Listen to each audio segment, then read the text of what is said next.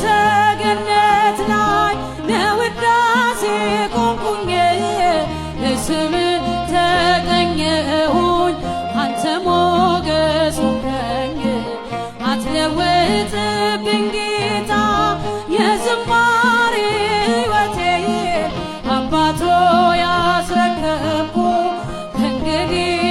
እኔነቴ አባቶ ያስረከብኩ